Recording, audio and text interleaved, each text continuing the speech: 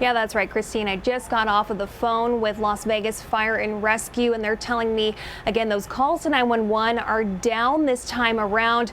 There was quite a few calls that went in yesterday because of that earthquake, but they want to remind everybody that if you don't have an emergency, if you're not in need of police or fire or an ambulance, don't call 911. The best thing that you can do in this situation when we have these earthquakes is to be prepared.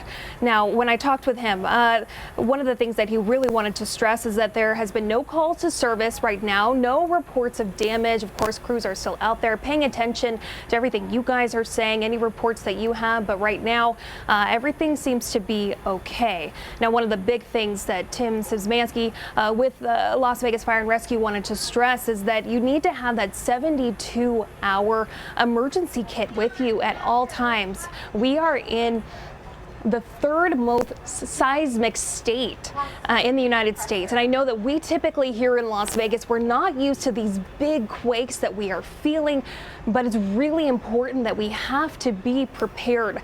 And that's because we could see an earthquake like this at any point, and we could see an earthquake that's even bigger than what we are experiencing.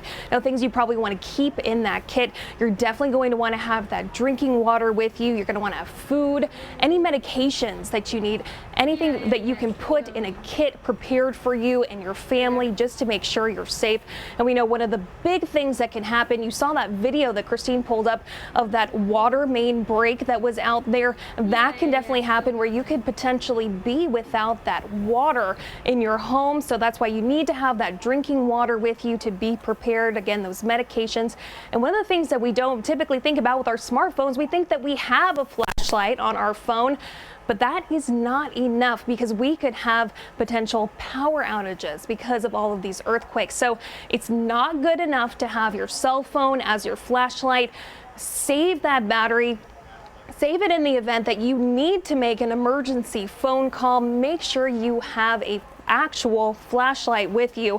And one of the particular things that was interesting that we were talking with Las Vegas Fire and Rescue, they said that there's about a 5% chance that we could see another aftershock from here that could actually be bigger. So maybe avoiding things like elevators, that could be something where if the electricity were to go out, you could potentially get stuck there. So just these things, these safety kits that you need to keep in mind as we continue with that possibility of an even bigger earthquake to come. Christine, sending it back to you.